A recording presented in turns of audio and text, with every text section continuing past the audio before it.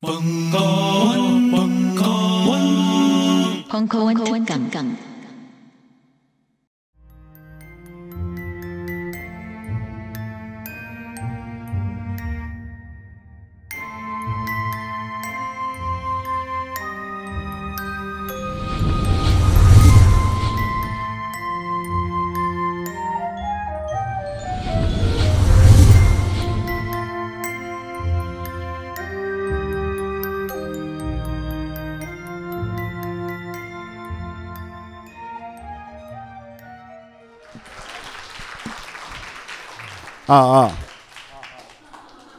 여기 앞에 매주 맨 앞에 오는 초등학생들이 있어요. 저한테 이 마이크라고 만들어줬거든요.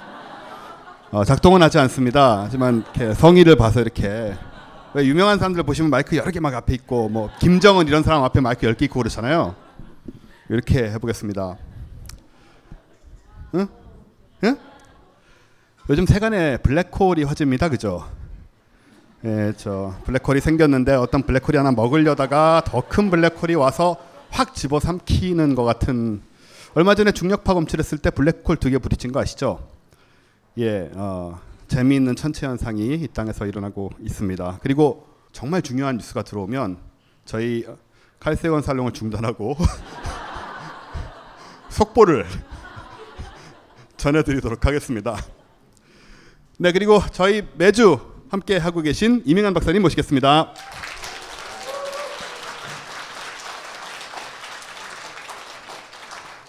네, 안녕하세요. 반갑습니다. 이번에 이명환 박사님 앞에 계세요. 예. 지난번에 생각해 보니까 좀 제가 거만해졌나 하는 생각이 드는 거예요. 감히 앞에 있었구나. 그래서 이렇게 앞으로 좋으세요? 네, 고맙습니다. 박사님은 요즘 블랙홀 사태에 대해서 어떻게, 천문학자로서? 천문학자로 보다 그런 것 같아요. 그러니까 상상력을 발휘하잖아요. 그러니까 주워 들은 거 갖고 그동안 상상을 했던 거, 그런 거 이상으로 나오니까 네. 이게 좀 허망한 것 같아요. 그래서 저는 이렇게 드라마 좋아하거든요. 특히 막장 드라마 이런 거 너무너무 좋아하는데, 그러니까 그 상상을 초월하니까 이제 재미가 없어지려고 그러고 있어요. 너무 허망한 것 같아요. 네. 제가 오늘 할 내용은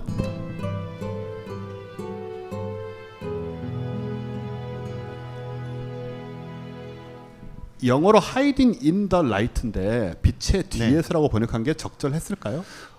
보시면 아마 저 뜻이 어떤 뜻인가 아마 느끼실 수 있을 것 같아요. 오늘은 일반적으로 알고 계시는 것보다 사실은 천문학에서 훨씬 더 중요한 빛에 대한 이야기를 하게 될 거거든요.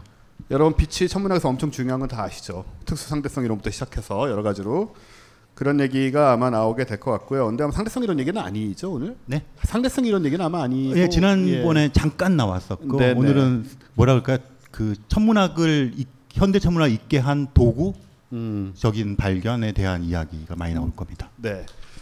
그래서 오늘 저희가 모신 분은 지난번에 예고 드린 바대로 이 천문학을 열심히 하고 계신, 원래는 이론 천문학자신데 요즘은 관측도 다니시고 뭐 그러시는 걸로 알고 있고, 저희랑은 뭐 굉장히 친한 분입니다. 저희 방송에도 여러 번 나오셨고요. 네, 서울대 물리천문학부의 윤성철 교수님 모시겠습니다.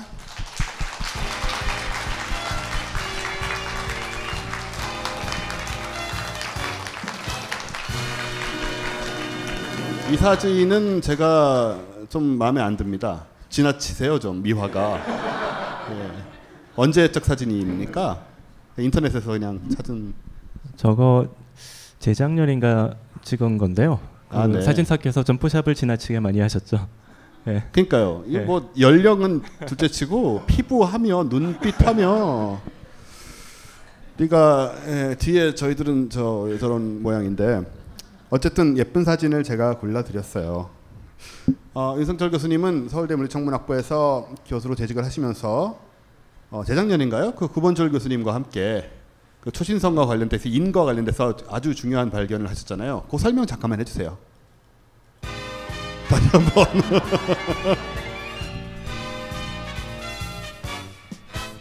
어떤 대단한 발견을 당시 하셨던 것인지 간단하게만 그냥. 예. 그 팟캐스트 할 때 뭐 자세하게 설명을 드리긴 했는데요. 그때 구본철 선생님이 그 초신성 잔해 카시오페아 A라는 초신성 잔해에서 인이 굉장히 많은 양으로 존재한다는 것을 발견을 하셨어요. 근데 그게 중요했던 이유는 지구상에 존재하는 생명체에 공통적으로 발견되는 6가지 원소가 있습니다. 수소, 탄소, 산소, 황, 질소 그리고 인이 있어요. 근데 이제 다른 원소들은 초신성 잔해라든가 뭐 우주 공간에서 별을 통해서 생성된다는 게 아주 뭐 의심의 여지 없이 굉장히 명확하게 확인됐었는데 인이 초신성 잔해에서 발견된 게 그때 처음이었고요. 그래서 생명의 기원의 단서에서 굉장히 중요한 발견이었습니다. 그때 구본철 교수님과 함께 공동 저자로서 논문에 참여를 하신 거죠. 네. 네. 무조건 이런 얘기 자꾸 해야 됩니다. 잊어버리셨어요 다. 네. 그런 위대한 과학자십니다. 그것이 혹시 우리가 노벨상을 받을 수도 있는 건가요? 뭐 그렇지는 않고요. 네. 네. 넘어가도록 하죠 그럼. 농담입니다. 물론 아시죠? 예, 노벨상 그렇게 중요한 거 아니고요. 네, 저희 굉장히 우리나라 잘 모르시겠지만 천문학 분야에서는 아주 앞서가는 나라 중에 하나입니다. 여러 가지로 장비들도 이제 쓸 수 있는 장비들도 굉장히 좋아지고 있고 앞으로 많은 성과가 나올 걸로 기대가 되고요. 일단 우리 영상을 보고 코스모스 스페이스 타임 오디세이 중에 하이딩 인 더 라이트 영상을 보면서 코멘터리도 좀 달다가 끝나고 나서 이제 교수님의 강연을 듣도록 하죠.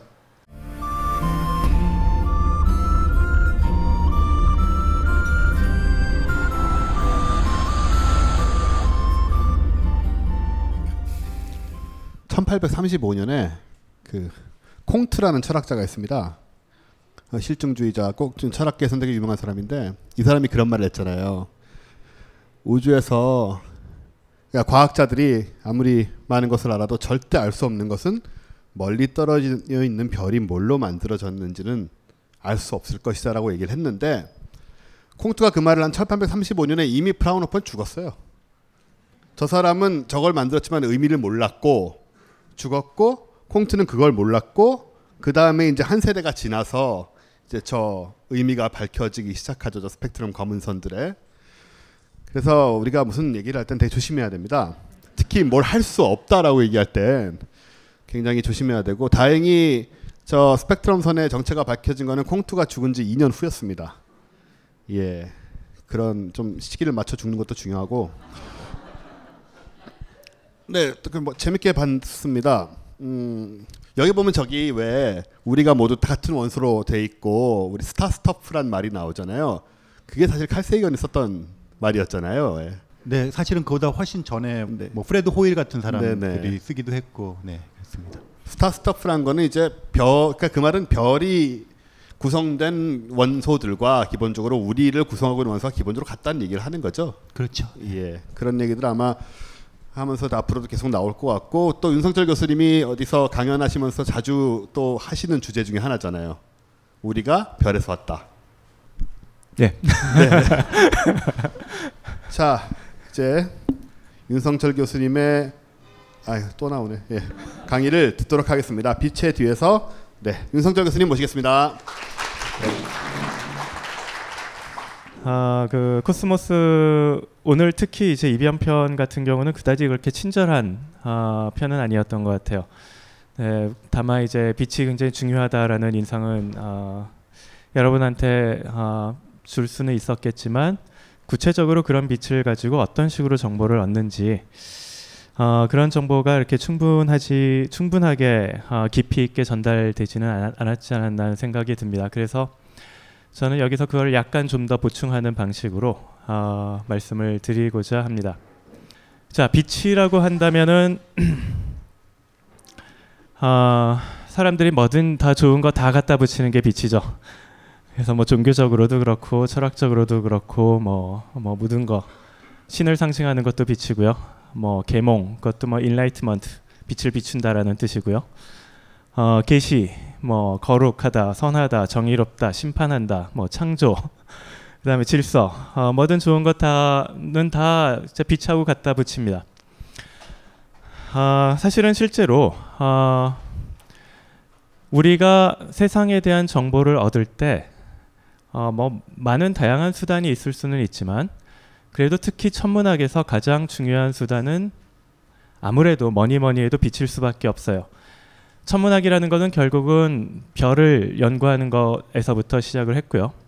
그래서 그 빛을 분석하는 일을 하다 보니까 천체 물리학이라는 학문이 탄생하기 시작을 하고, 그러다 보니까 우주가 어떻게 진화하고 뭐 별들이 어떻게 구성이 되어 있고 별들의 에너지 근원이 무엇이고 이 모든 것들을 알아낼 수가 있었다는 거죠. 자, 근데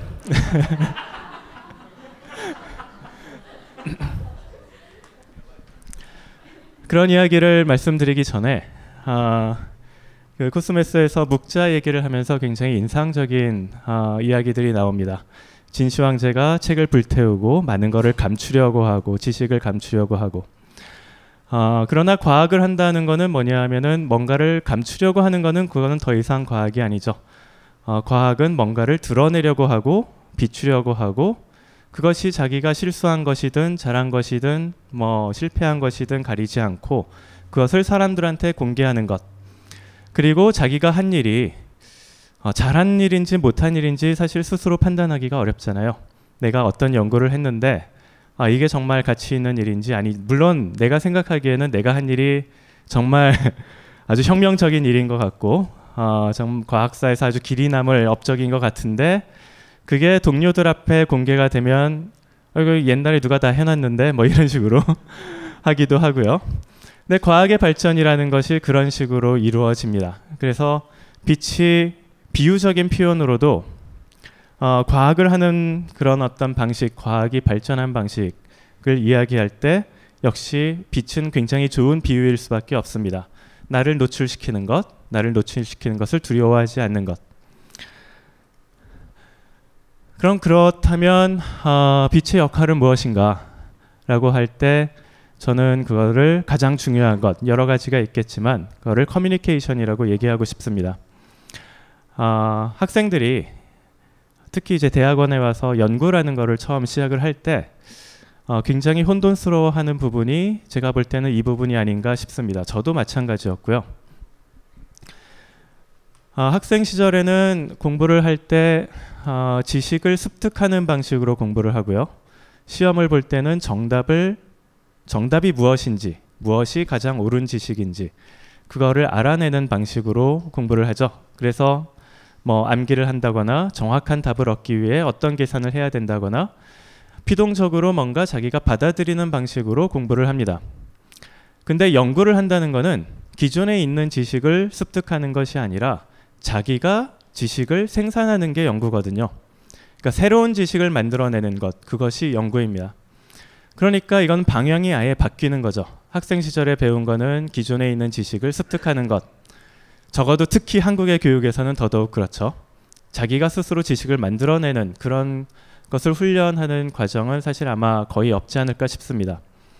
근데 연구를 한다는 거는 자기가 스스로 뭐 컴퓨터 시뮬레이션을 통해서건 혹은 실험실에서 실험을 통해서건 간에 기존에 없던 데이터를 만들어내고 그것을 통해서 기존에 없던 새로운 지식을 만들어내는 과정이에요. 근데 그 과정에서 가장 중요한 것이 뭐냐 하면 바로 커뮤니케이션입니다.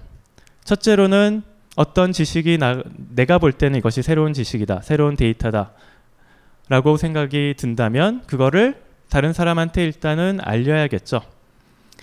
그 알리는 과정이 뭐냐 하면 학회에서 발표를 하거나 논문을 쓰거나 그리고 아니면 다른 사람과 이 결과를 가지고 디스커션을 하거나, 그 과정이 굉장히 중요한 과정의 하나입니다. 그러니까 노출을 시켜야 된다는 얘기예요. 찰스 다윈 같은 경우는 뭐 종의 기원을 써놓고도 상당히 그거를 혼자 감춰놨다고 했는데 굉장히 엄청난 지식을 감춰놓고 있으면은 그게 자신만의 지식이지 그것이 세상을 바꿀 수 있는 지식이 될 수가 없고 그거를 토대로 새로운 지식이 나올 수가 없잖아요. 그리고 많은 학생들이 뭐 또 저도 사실은 마찬가지고요. 빛 앞에 자신을 노출시키기를 두려워하는 이유가 뭐냐 하면 자기가 틀렸다라는 사실을 다른 사람이 알까봐 또 두려워하는 마음도 있고 내가 이렇게 형편없는 사람이구나, 내가 이런 실수를 했구나, 이런 것들을 다른 사람한테 공개하기가 두렵다 보니까 자꾸 감추는 경우도 때때로는 있게 됩니다. 특히 뭐 학생들의 입장에서는 이제 좋은 점수를 받아서 어른한테 잘 보이는 그런 것이 내면화되다 보니까 연구자가 돼서도 대학원 학생들도 마찬가지예요. 뭔가를 이거를 한번 해보면 좋겠다라고 얘기를 했을 때 학생들은 중간 과정은 다 생략하고 좋은 결과가 나올 때까지 주구장창 기다렸다가 좋은 결과가 나와서야 비로소 지도교수를 찾아간다거나 이런 식으로 이제 연구를 하는 경우가 있습니다. 근데 그 좋은 결과가 좋은 결과냐 사실은 딱 보면 이게 엉뚱한 방향으로 가 있는 경우가 굉장히 많고요. 그러니까 커뮤니케이션 과정이 생략되다 보니까 중간에 실수하는 과정, 뭐 잘못된 방향으로 갔던 과정, 그 모든 것들이 다 노출이 되고 사람들하고 이야기가 돼야 그런 것들이 올바로 교정을 받을 수가 있고 그 다음에 그거를 토대로 아주 확고한 지식이 나올 수가 있는데 그런 과정들에 대해서 사람들이 특히 이제 한국 사람들이 많이 두려워하고 익숙하지 않고 그렇지 않나는 생각이 듭니다. 그래서 과학을 한다는 것, 빛 앞에 자신을 노출한다. 자신만의 방에서 나와서 저 밖으로 나가서 저 밖에 있는 다른 동료들, 다른 사람들한테 자신의 생각들을 기꺼이 나누고 또 비판받을 것이 있으면 비판받고 교정받을 것이 있으면 교정받고 자신만의 성을 쌓는 것이 아니라는 거죠. 자, 근데 이렇게 빛에 자신을 노출을 합니다. 근데 이렇게 빛에 아까 그 푸시업 얘기도 나왔고 제 사진이 마음에 안 드신다고 말을 했는데 유재석도 이런 사진 찍었어요. 근데 빛이라는 건 굉장히 기만적이기도 해요. 그러니까 빛이라는 거는 우리한테 뭔가 인상을 주잖아요. 근데 빛이라는 거는 아주 실제 모든 것을 우리한테 다 보여주는 것이 아니라 상당히 선택된 정보만을 우리한테 제공을 합니다. 그러니까 우리가 이런 유재석의 모습을 본다면 이 사람이 어떤 사람이겠다라는, 만약 우리가 이 사람을 처음 본다고 한다면, 그죠? 우리가 아는 유재석과는 많이 다를 거란 말이죠. 뭐 변호사라거나 아니면 사업가라거나 뭐 모델이라거나 이런 식으로 생각해 볼 수도 있는 거고요. 근데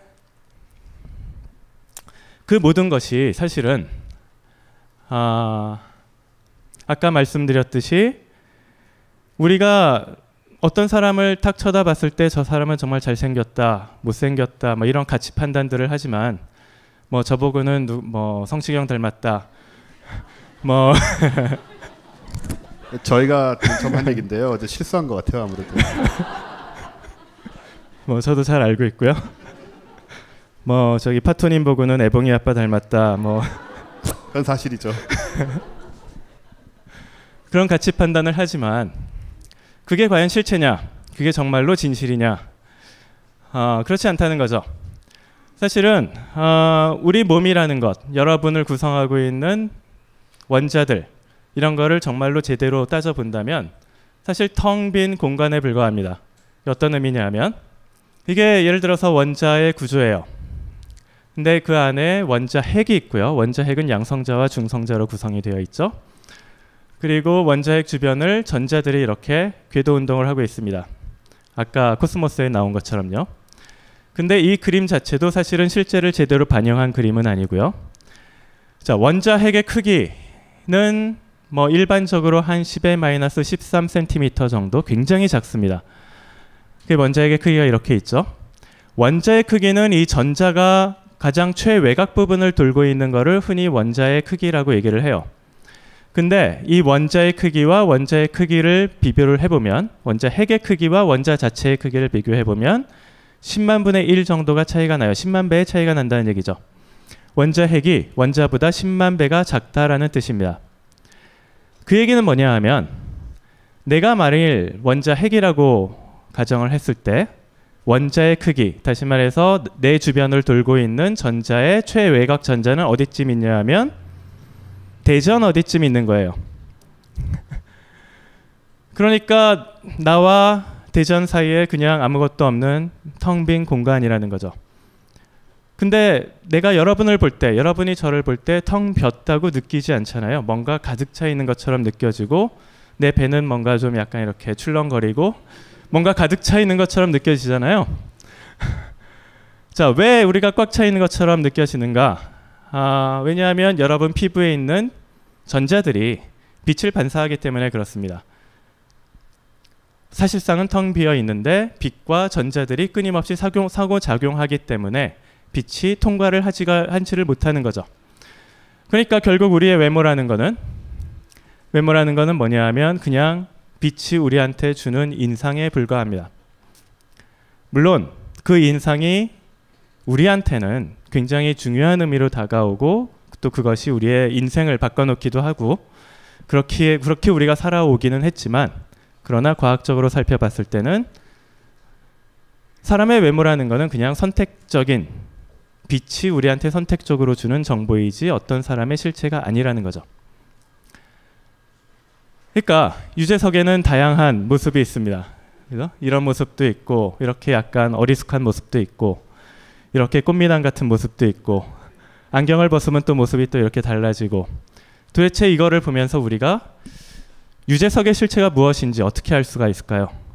도대체 빛이라는 것을 통해서 어떻게 우리가 실제에 근접을 할 수가 있을까요? 그러니까 이것이 천문학에서 굉장히 중요하게 다루어지는 질문입니다. 천문학에서는 빛을 통해서 실제 자체를 보는 게 아니에요. 굉장히 선택적인 정보만을 얻을 수가 있습니다. 그러니까 그 선택적인 정보를 통해서 어떻게 실제에 접근할 수가 있는가? 그것이 천문학적인 질문이라고 우리는 말씀드릴 수 있을 것 같습니다.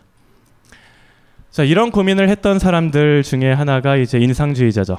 그 인상파 화가들. 그래서 클로드 모네가 이 루앙 대성당, 잔다르크가 이 앞에서 화형당한 곳이기도 하고요. 최근에 여기서 뭐 테러도 있었죠. 안타까운 일이지만 어쨌든 루앙이라는 도시는 프랑스 북부에 있는 상당히 아름다운 도시고요. 거기에 가보시면 이런 성당이 있습니다. 근데 클로드 모네는 뭐 낮, 그 다음에 저녁 노을 시간, 뭐 각각 다른 시간에 그런 빛이 우리한테 주는 인상을 이렇게 그림의 폭에 담아서 이런 고민들을 했던 것 같습니다. 우리가 도대체 실체가 무엇이냐? 결국은 우리는 우리 눈에 보이는 인상만을 알 수밖에 없지 않느냐? 우리는 결코 실제에 접근할 수 없는 것이 아닌가? 이런 의문을 우리가 해볼 수가 있는 거죠. 자, 이거는 은하들을 이게 뭐냐면 안드로메다 은하입니다. 안드로메다 은하를 여러 다른 파장으로 관찰을 한 거예요. 아까 코스모스에서 우리 눈에 보이지 않는 빛이 있다라고 얘기를 했는데 여러분이 이미 잘 아시는 이야기일 겁니다. 우리 눈에 보이는 빛, 그것을 가시광선이라고 하죠. 가시광선으로 안드로메다 은하를 보면 이렇게 보이고요. 자외선으로 보면 이렇게 보이고요. X선으로 보면 이렇게 보이고요. 그 다음에 적외선으로 보면 이렇게 보이고요. 그 다음에 전파로 보면 이렇게 보여요. 근데 물론 이제 궁금해 하실 거예요. 우리 눈에는 적외선도 안 보이고 전파도 안 보이는데 이거는 뭐냐? 이거는 여러분이 볼 수 있잖아요. 이거는 빛의 적외선의 세기에 맞춰서 그냥 색깔을 입힌 거에 불과해요. 그러니까 적외선의 색이 뭐 전파의 색이 그 디지털 정보로 나오니까 거기에다가 그 세기가 강하면 이렇게 밝은 색, 뭐 세기가 약하면 어두운 색 이렇게 색깔을 입힌 거에 불과합니다. 정말로 우리 눈에 보이는 대로 보이는 색은 요거에 불과해요. 나머지는 그냥 색을 입힌 거에 불과하고요. 인위적으로. 만일 우리 눈이 가시광선에 최적화되어 있지 않고 다시 말해서 가시광선에 반응하도록 우리 눈이 만들어져 있지 않고 예를 들어서 X선에 반응하도록 우리 눈이 만들어졌다라고 가정을 한다면 우리가 보는 안드로메다의 모습은 이렇게 될 거예요.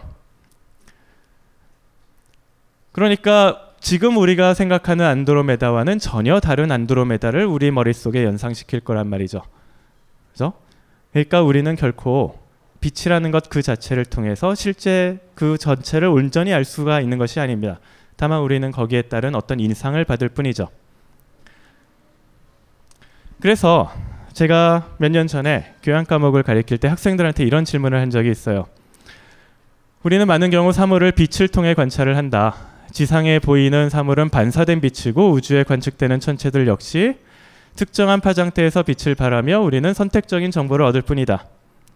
그렇다면 빛을 통해 얻은 선택적인 인상을 통해서 어떻게 사물의 실제를 제대로 파악할 수 있을까? 이런 질문을 던진 적이 있습니다. 대부분의 학생들은 특히 서울대 학생들은 모범생들이잖아요.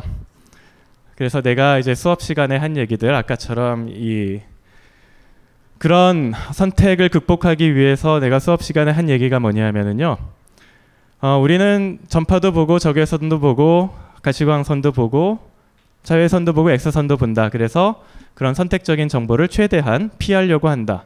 다파장으로 이렇게 관찰을 한다. 그래서 다양한 정보를 얻으려고 노력을 한다. 이런 얘기를 했었어요. 그러니까 대부분의 학생들이 대부분 그런 대답을 줬습니다. 근데 그 중에서도 아주 창의적이고 거기에서부터 더 나아가서 깊은 생각을 하는 학생들이 몇 명이 있었어요. 그 중에 한 명이 이거는 영문과 학생의 답이었는데요. 빛이 주는 인상들의 종합 또는 그러한 인상이 그러한 형태로 발생하는 원인을 찾음으로써 우리는 실제에 접근할 수가 있다.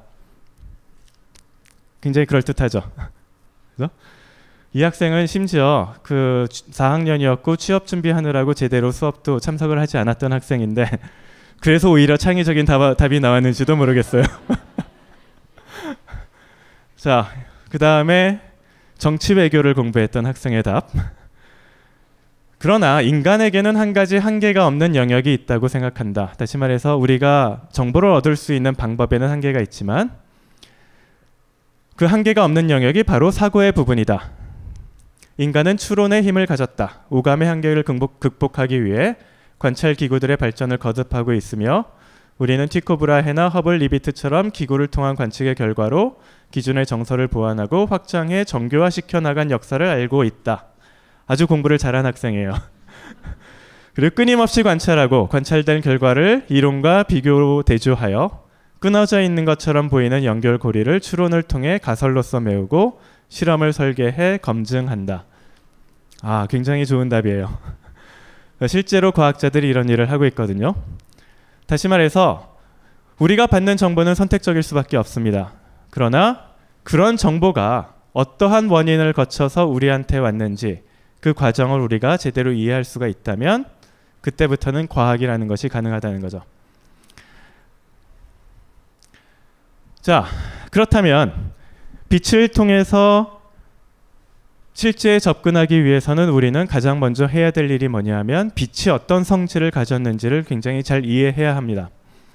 그리고 거기에 대해서 굉장히 커다란 진보를 이뤘던 사람 중에 하나가 코스모스에 나온 것처럼 아이작 뉴턴이었어요. 아이작 뉴턴이 한 일은 태양빛, 이렇게 백색광이라고 하죠. 이거를 프리즘을 통과해서 이렇게 스펙트럼을 얻었어요.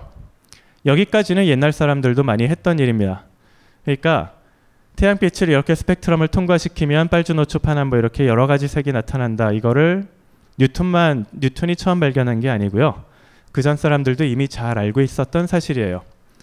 근데 그전 사람들은 이거를 어떻게 해석을 했냐 하면 프리즘 안에 물질이 오염되어 있으니까 빛이 프리즘의 물질 때문에 오염돼서 여러 가지 색이 나타난다라는 식으로 해석을 했습니다. 그런 생각에도 일리는 있어요. 왜냐하면 중세 시대에 지어진 성당에 가보시면 스테인 글라스가 다 그런 식으로 만들어지는 거잖아요. 유리에다가 색을 입혀가지고 빛을 오염시켜서 여러 가지 색깔을 만드니까 프리즘도 그런 게 아니겠는가 그런 생각을 했다는 거죠. 뉴턴이 한 일은 뭐냐 하면 여기다가 프리즘 하나 또 갖다 댔어요. 그랬더니 이 색이 다 하나로 합쳐져서 다시 백색광이 만들어졌습니다.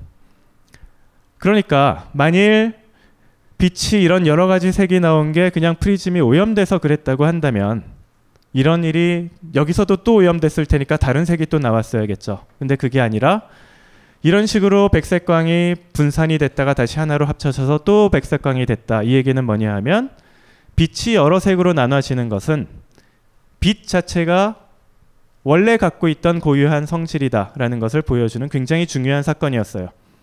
그러니까 빛은 여러 가지 색깔의 합인 것처럼 보인다라는 거죠. 빛 자체의 성질이 그렇다라는 거예요. 오늘날은 이것을 스펙트럼이라고 굉장히 잘 알고 있습니다.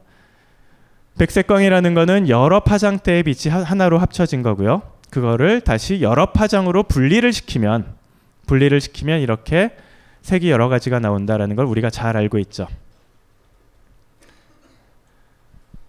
그래서 리차드 도킨스가 무지개를 풀며라는 책을 쓴 적이 있는데요. 그러니까 요거를 모티브로 삼아서 무지개를 푼다라는 표현을 쓴 사람이 영국의 존 키츠라는 사람의 시였습니다. 그래서 뭐 라미아라는 시에서 여기 보면 이런 말을 해요. 아주 차가운 필라소피, 그러니까 아주 차가운 철학에 자 이거를 이제 직역을 하려고 하다 보니까 이렇게 좀 굉장히 희한해지는데 아주 차가운 철학이 만지기만 해도 이게 단순히 이게 만지기만 해도 모든 매력이 다 사라지지 않겠는가 이런 얘기를 해요. 그러면서 정말로 멋진 뭐 오프를 어떤 식으로 번역해야 될지 여기서는 잘 모르겠습니다. 아주 뭐 감탄스러운 혹은 뭐 끔찍하다는 말이기도 하지만 하늘에 있었던 그런 무지개 한때는 무지개가 있었는데 지금은 사라졌다는 거예요. 왜냐하면 우리가 무지개를 바라보면 굉장히 낭만적으로 이것을 바라봤는데 뉴턴이 그런 빛의 신비를 다 밝혀버렸으니까 우리가 세세한 걸 하나하나 알다 보니까 그냥 뭐 이제는 이게 더 이상 신비롭지가 않고 그냥 뭐라고 표현해야 되죠? 아주 건조하고 평범한 지식이 되어버린 거예요. 그러니까 과학이 계속 발전하면서 우리가 낭만이라고 생각했던 것이 하나 둘씩 사라지니까 거기에 대한 어떤 불만 그런 것들을 사람들이 갖기 시작을 할 수가 있는 거죠. 그러다 보니까 이제 더 이상 설레는 것도 없어지고 굉장히 무미건조한 지식만 남게 되고 이런 식으로 과학을 받아들이는 사람이 있고요. 네, 그러다 보니까 이제 리차드 도킨스가 그렇지 않다. 과학이 얼마나 경이로운가를 이야기하기 위해서 이런 무지개를 풀며 라는 제목의 책을 쓰기도 했습니다. 자, 근데 그 무지개를 푸는 과정 그거는 이제 프리즘을 통해서 할 수가 있는데 어떻게 그렇게 무지개가 풀어질 수가 있는가? 도대체 무지개가 풀어진다는 것이 의미하는 것이 무엇인지를 이론적으로 제대로 밝힌 것은 19세기 말 정도 들어와서야 비로소 가능해졌어요. 그리고 거기에 결정적인 역할을 한 사람이 누구냐 하면 맥스웰이라는 물리학자였습니다. 이거는 맥스웰의 방정식이라고 하는 방정식인데요. 여러분 이제 겹주려고 내가 이거 갖고 온 게 아니고요. 피카소 그림 감상하시라고 갖고 온 거예요. 그러니까 여러분이 뭐 이상한 추상화 그림을 볼 때 여러분이 뭐 속으로는 두렵지만 그래도 겉으로는 두렵지 않은 척 하시잖아요, 그죠? 그러니까 이걸 보시더라도 뭐 이거의 의미를 모르신다고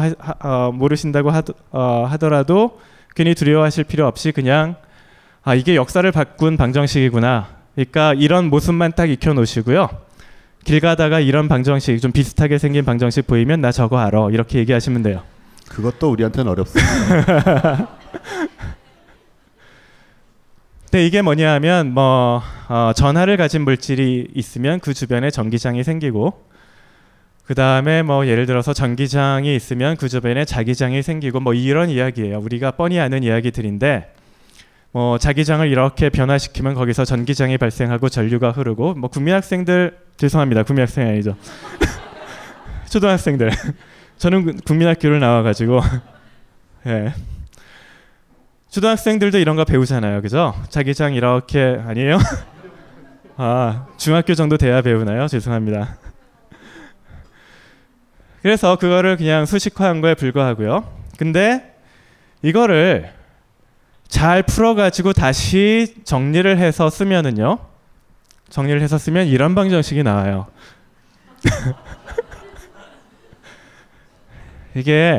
이것도 감상하시라고 갖고 온 겁니다. 그러니까 이제 좀 이런 형태를 잘 기억하셨다가 어디 길거리 가다 보시면 이거 세상을 바꾼 방정식이다라고 기억을 하시면 돼요. 세모 거꾸로 된 거요. 저게 흔히 안 나오는 건가요? 딴 데는? 요거요? 예, 세모 거꾸로 제곱. 많이 나오나요? 많이 나오죠. 예, 안 되군요. 아니, 저거 보면 이건가 하고 얘기할 수 있어요.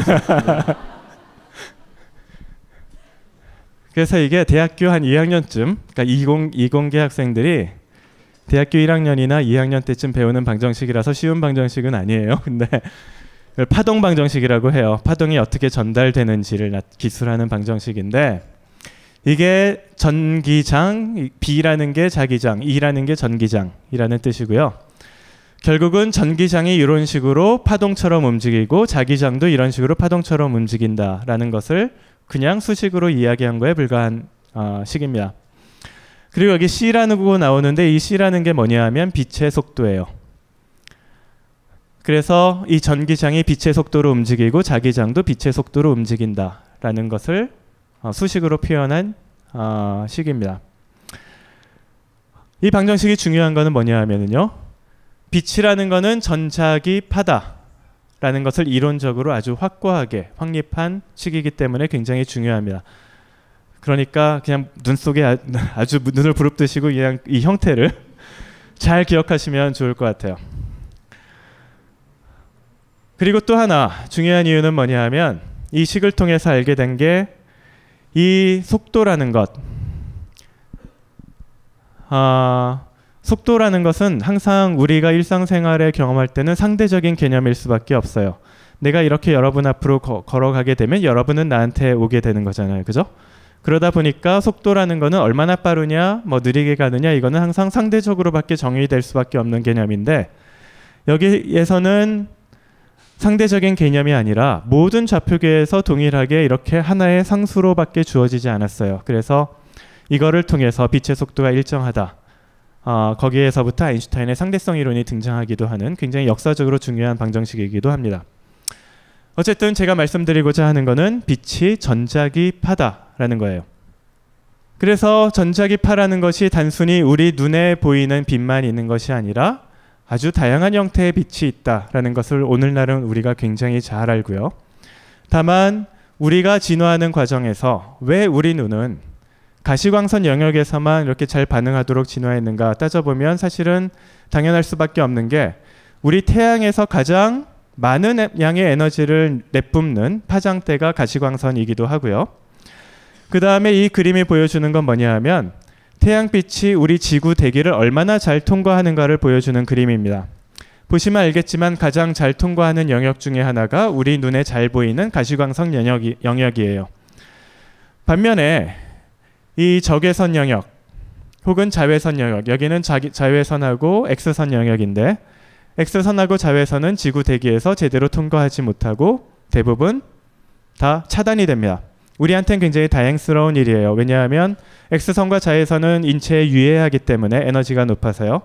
우리 유기분자들을 다 파괴할 수가 있고 그렇기 때문에 대기에서 차단된다. 이거는 굉장히 좋은 일이죠. 그리고 또 잘 통과될 수 있는 영역이 뭐냐면 요 전파. 전파는 파장의 길이가 10cm에서 뭐 한 10m까지 이르는데요. 우리 눈이 전파에 반응하도록 진화하지 못하는 이유는 굉장히 단순합니다. 파장이 굉장히 길어요. 10cm, 1m. 이렇게 긴 파장을 가지고 이미지를 만들려면요. 우리 눈의 크기가 100m 뭐 이렇게 돼야 돼요. 그러니까 뭐 불가능한 거죠. 그죠? 가시광선은 이게 굉장히 파장이 짧거든요. 1 마이크로미터 뭐 이하. 그러니까 얼마든지 이렇게 작은 사이즈 가지고도 이미지를 만들어내기가 좋은 거죠. 그래서 천문학자들은 이런 다양한 형태의 파장을 통해서 우주로부터 정보를 얻어내려고 애를 씁니다. 그래서 지금 보시는 이 사진은 서울대학교에 있는 전파망원경이고요. 전파 중에서도 좀 파장이 짧은 이 사이즈가 한 6m 정도 됩니다. 그러니까 6m 정도 되는 눈이라고 생각하시면 돼요. 이거를 통해서 서브밀리미터 정도에 해당하는 파장대의 전파를 관찰을 해서 어떤 하늘의 이미지를 만드는 그런 일을 하고 있고요. 이건 아카리 우주망원경이라고 서울대에서도 과거에 참여했었고 일본과 공동으로 했던 프로젝트였는데 적외선을 관찰하는, 지상에서는 적외선을 잘 관찰하기가 어렵기 때문에 이제 우주 공간에 적외선 망원경을 띄워서 관찰을 했고요. 그 다음에 가시광선에서 관찰하고자 하는 망원경, 거대 마젤란 망원경, 이거는 직경이 한 25m 정도 됩니다. 그래서 8m 정도 되는 거울을 여러 개 갖다 붙여서 직경이 25m 되는 거대 망원경을 지금 건설 중에 있어요. 한 2020년, 2021년 경에 완공이 될 예정이고요. 한국도 10% 지분을 가지고 이 프로젝트에 참여하고 있습니다. 그러니까 한국 사람들이 독자적으로 한 달 정도 이 망원경을 사용해서 연구를 할 예정에 있고요. 자외선은 지상에서 관찰이 되지 않아요. 모든 자외선은 거의 다 차단이 되기 때문에 우주망원경을 통해서만 자외선을 관찰할 수가 있고, 연세대에서 굉장히 액티브하게 참여했던 갈렉스 우주망원경의 모습이고요. 그 다음에 찬드라 우주망원경은 X선을 관찰하는 것, 그 다음에 감마선에서 관찰하는 망원경. 그래서 이런 다파장을 통해서 가능한 우리는 많은 정보를 얻으려고 노력을 하고 있습니다. 자, 그렇다면 빛은 어떻게 만들어질까? 자, 빛이 이렇게 여러 파장대로 나눠져 있다라는 사실은 우리가 지금 잘 알고 있는데, 그렇다면 빛은 어떤 환경에서 어떻게 만들어질까라는 질문에 빛이 전자기파라고 말씀을 드렸죠. 그 얘기는 전자기장이 이렇게 진동을 하거나 자기장이 이렇게 진동을 하면 그게 빛이에요. 별개 빛이 아니고요. 그래서 전기장이라는 거는 전하를 가진 물질이 만들어내는 거잖아요. 전하를 가진 물질이 이렇게 왔다 갔다 진동을 하면 거기서 빛이 나와요. 빛을 만드는 건 아주 단순합니다. 예를 들어서 이게 전자라고 해봅시다. 그럼 전자가 이렇게 왔다 갔다 운동을 한다. 그러면 거기서 전자기파가 이렇게 방출이 됩니다. 그러니까 빛이라는 거는 전하를 가진 물질이 가속 운동을 할 때 나오는 것이 빛이에요. 여기에서부터 우리는 굉장히 많은 유용한 정보를 얻을 수가 있습니다. 예를 들어서 죄송해요. 이게 여기 옮기다 보니까 이게 좀 약간 깨졌네요. 근데 알아보시는 데는 큰 어려움이 없을 거라고 생각을 합니다. 네, 잘 알겠네요. 자, 그러면 전하를 가진 물질이 이렇게 진동을 하면 빛이 나온다. 그 얘기는 뭐예요? 물질이 빛을 만들 수 있다는 얘기잖아요. 여러분 몸에서도 계속 지금 빛이 나오고 있어요. 왜냐하면 여러분 몸 안에 있는 전자들도 진동을 하기 때문에. 다만 우리 눈에 안 보일 뿐이죠. 적외선으로 나오고 있어요. 근데 빛의 주파수를 결정하는 거는 이게 얼마나 빨리 움직이느냐, 그게 결정합니다. 빨리 움직인다는 얘기는 뭐예요? 속도가 빠르다는 얘기니까 운동 에너지가, 원자의 운동 에너지가 그만큼 크다는 얘기죠. 그게 온도예요. 온도라는 건 별게 아니고요. 원자나 분자의 에너지에 해당하는 어떤 것, 그것이 온도입니다. 지금 여기 그림을 이런 비유를 들기 위해서 가져왔는데, 예를 들어서 이런 어린아이들, 한 3살에서 6, 7살 되는 아이들, 굉장히 에너지가 넘치죠. 네, 그래서 이런 아이들이 한 2, 3 되는 부모들은 굉장히 피곤합니다. 네, 저도 마찬가지고요. 그래서 여러분 보고 이런 아이들 돌볼래? 아니면은 밭에 가서 김 멜래? 하면은 밭에 가서 김 매는 걸 선택하세요. 대부분은. 그만큼 아이들 보는 게 힘들다는 얘기고요. 그래서 부모님들이 일반적으로 하는 일이 아이들 데리고 공원 가가지고 아이들 에너지를 좀 방전을 시키죠. 막 뛰어놀게 한 다음에 에너지 디스페이션을 좀 시키고 그 다음에 이제 재우죠. 그게 이제 공원에 가서 부모들이 하는 일 중에 하나인데, 높은 온도예요. 온도가 높다는 거는 그만큼 압력도 높다는 뜻입니다. 여러분이 여기 가서 탁 서 있다 그러면 많이 부딪히겠죠. 많이 충돌이 일어나니까 압력도 높아지겠죠.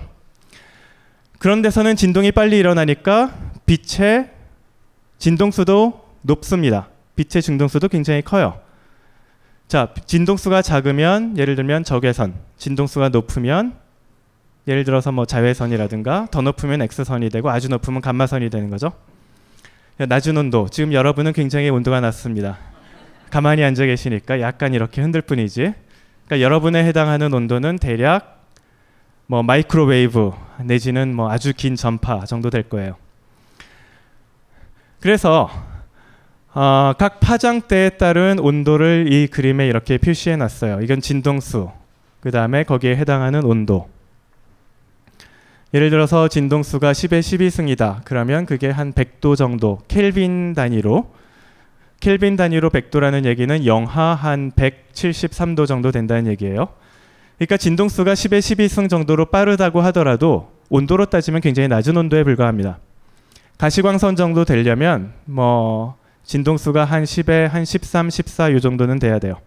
굉장히 빠른 진동수죠. 여기에서부터 우리는 이제 과학을 해볼 수가 있어요. 자, 지금 여러분한테 그래서 과학을 할 수 있는 기회를 드리고자 합니다. 자, 빛이 작동하는 방식을 알 때, 자, 지금 예를 들어서 이런 게 있어요. 이런 게 있고요. 이런 게 있고, 이게 온도하고 관련이 있다라는 것을 말씀을 드렸죠. 그러면 어떤 천체가 이런 가시광선에 빛을 내고 어떤 천체가 자외선에서 빛을 방출하고 어떤 천체는 또 엑스레이에서 빛을 방출하는지 여러분이 온도라는 개념만을 가지고도 대략적으로 추정을 해보실 수 있을 거예요. 자, 그러면 가시광선에서 나오는 빛, 자, 어떤 천체가 가시광선에서 빛을 낼까요? 우리가 잘 아는 거 있잖아요. 태양, 예, 별, 그죠? 태양 정도의 온도, 여기 보면 온도에 따른 파장대가 나오는데 가시광선, 아까 내가 실수를 했네요. 가시광선에 해당하는 거는 온도가 한 뭐 10,000도, 6,000도, 이게 지금 정확하게 매치가 안 돼요. 죄송합니다. 어쨌든 가시광선에 해당하는 온도는 뭐 10,000도, 6,000도 뭐 요 정도 되는 천체가 가시광선 정도에 해당하는 빛을 만들어낼 수가 있어요. 그러니까 대표적인 것은 우리 태양 같은 그런 별이 되는 거죠. 그러면 적외선은 어떤 것이 만들어낼 수가 있을까요? 네? 백색외성이요. 백색외성은 백색이라는 뜻이거든요. 그러니까 가시광선에서 백색이기 때문에 백색외성의 온도는 상당히 높습니다. 예, 물론 굉장히 차가운 백색외성도 있지만요. 적색거성, 예, 어떤 분이 적색거성이라는 말을 했는데 적색거성도 맞아요. 적색거성도 적외선에서 상당히 많은 빛을 방출합니다. 그리고 또 있어요. 어떤 게 있을 것 같아요?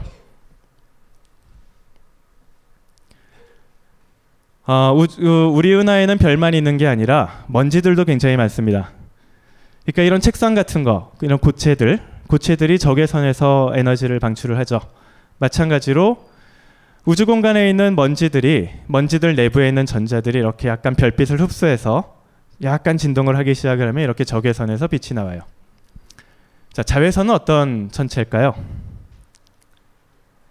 자, 가시광선에 비해서 온도가 훨씬 더 높아야겠죠. 한 뭐 20,000도, 30,000도, 50,000도 요 정도 되는 온도를 갖고 있어야 자외선에서 빛이 나옵니다. 그러니까 그런 거는 대부분 무거운 별들, 우리 태양보다 질량이 한 10배 뭐 이 정도 되는 별들에서 나와요. 무겁다는 얘기는 중력이 굉장히 강하게 작용한다는 뜻이거든요.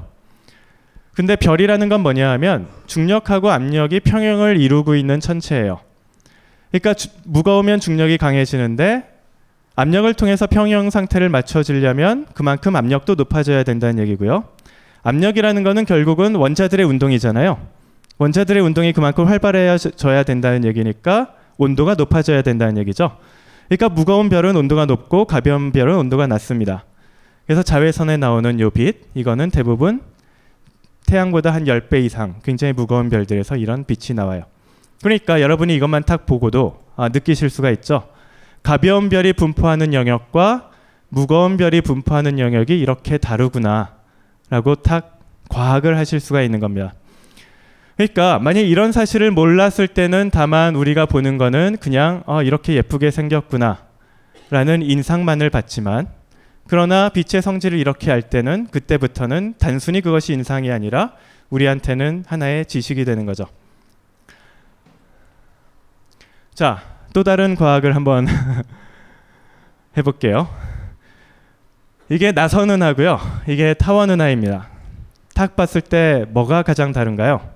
모양. 예, 모양도 달라요. 또 뭐가 다르죠? 예, 색이 많이 달라요. 그죠? 이 색은 나선 은하의 색은 좀 요거에 비해서 색깔이 어떻죠? 약간 푸르스름하죠. 이거는 타원 은하는 색깔이 푸르스름한 게 전혀 없죠. 자, 그렇다면 이게 어떤 의미일까요? 푸르스름한 게 더 많다? 온도가 더 높다. 온도가 더 높다는 얘기는 무거운 별이 그만큼 더 많다라는 얘기예요. 타원 은하는 무거운 별이 없다라는 뜻이에요. 그리고 우리 나선 은하에는 태양 질량의 10배 정도 되는 혹은 그 이상 되는 별들이 굉장히 많다라는 얘기죠. 자, 이 차이를 가져온 이유는 은하의 진화 단계가 다르기 때문에 그렇습니다. 타원 은하는 굉장히 오래된 은하예요. 그리고 별의 나이는 질량에 따라서 굉장히 급격하게 변해요. 무거운 별은 밝기 때문에 에너지 소모가 굉장히 빠르고요. 에너지 소모가 빠르면 여러분도 사실 에너지 소모 빠르면 신체 에너지를 굉장히 빠르게 소모하면 금방 늙잖아요. 마찬가지로 죄송합니다. 뭐 이런 마찬가지로 무거운 별은 에너지 소모가 빠르기 때문에 금방 늙어서 금방 죽습니다. 타원 은하에 이런 푸른색 별이 없다는 얘기는 타원 은하가 그만큼 나이가 많고 그러다 보니까 무거운 별이 이미 죽어서 다 사라졌고 가벼운 별만 남았다는 뜻이에요. 색깔만 보더라도 우리는 은하의 진화 단계가 요런 데서 요렇게 가겠구나 금방 알 수가 있는 거죠. 그죠? 자, 아까 코스모스에서 암흑 물질이라는 언급이 좀 나왔어요. 암흑 물질이라는 것은 말 그대로 우리 눈에 보이지 않는다는 뜻입니다. 그러니까 보이지 않는 걸 우리가 어떻게 탐색하겠어요. 그죠? 근데 그럼에도 불구하고 우리가 보이지 않는 게 어떻게 존재한다는 것을 알 수 있었을까? 그걸 알 수 있었던 이유도 암흑 물질 자체는 보이지 않지만 암흑 물질이 만들어내는 흔적을 빛을 통해서 우리가 알 수 있기 때문에 암흑 물질의 존재를 알 수가 있는 겁니다. 여러 가지 방법이 있는데 그 중에 하나가 중력 렌즈라는 현상이에요. 중력 렌즈라는 현상은 뭐냐 하면요. 아인슈타인의 상대성 이론에 따르면 질량이 있는 물체, 질량이 굉장히 많으면 그 주변에 시공간이 휘어집니다. 빛은 휘어진 시공간 내에서 최단 거리를 이동하는데 그러다 보니까 휘어진 경로를 이동하게 돼요. 그러니까 다시 말해서 빛도 휘어진다는 얘기예요. 그러니까 지구 표면에서 여러분이 북극까지 가겠다. 그러면 지구 평면에서 우리는 그냥 똑바로 직선하는 것처럼 느껴지지만 3차원 공간에서 바라봤을 때는 여러분은 곡면을 따라서 휘어져 가는 거잖아요. 마찬가지로 4차원 공간에서 빛도 어떤 굉장히 무거운 질량이 있고 그 뒤에 다른 빛을 발광하는 천체가 있다고 했을 때 빛이 이렇게 통과할 때 이거를 직선거리로 이렇게 가는 것이 아니라 이렇게 휘어져 들어올 수가 있다는 거죠. 그래서 이렇게 휘어져 들어온 빛을 우리가 관찰할 때는 마치 빛이 이렇게 휘어졌다가 한 곳으로 모이니까 렌즈와 같은 효과를 만들어내는 거죠. 그거를 중력 렌즈라고 합니다. 그래서 실제로 이런 것이 관찰이 돼요. 이런 거. 이게 뭐냐 하면 여기에 은하가 굉장히 무거운 은하들이 있고요. 눈에 보이는 것처럼. 그리고 요렇게 휘어져 있는 이 모습, 뭔가 찌그러진 듯한 모습. 이거는 요 은하 뒤에 있는 은하들이 거기서 나오는 빛이 중력 렌즈 효과 때문에 찌그러져서 우리 눈에 이렇게 보이게 된 겁니다. 그리고 이 중력 렌즈 효과를 잘 관찰을 하다 보면 이 중력 렌즈를 만들어낸 물질의 총 질량이 어떻게 되는지 우리가 추정을 해볼 수가 있어요. 해보면 우리 눈에 보이는 은하의 질량에 비해서 훨씬 더 많습니다. 그러니까 훨씬 더 많은 질량이 있어야 눈에 보이는 거에 비해서 그래야 비로소 이런 정도의 중력 렌즈를 만들어낼 수가 있어요. 그러니까 눈에 보이지 않는 물질이 있다라는 얘기죠. 그러니까 암흑 물질을 탐색하는 일 하고 있는 거고요. 자, 프라운호퍼가 발견한 것, 그게 별의 스펙트럼입니다. 사실은 현대 천문학이라고 할 때 현대 천문학은 별의 스펙트럼을 관찰하면서 시작했다고 해도 과언이 아니에요. 프라운호퍼가 하늘의 빛을 관찰을 했을 때 발견한 게 뭐냐 하면 그 코스모스에 나온 것처럼 스펙트럼이 이렇게 깔끔하게 빨주노초 파남보 이렇게 쫙 퍼지는 것이 아니라 여기에 이렇게 검은색 선이 있다라는 것을 프라운호퍼가 처음으로 발견을 했고요. 물론 동시대에 영국의 윌라스턴이라는 사람이 독립적으로 또 발견한 사례가 있습니다. 그리고 이거를 통해서 사람들이 알게 된 게 뭐냐 하면 나중에 이제 양자역학이 발전하면서 결국 이 흡수선을 만들어내는 것은 원자들이다라는 걸 알게 됩니다.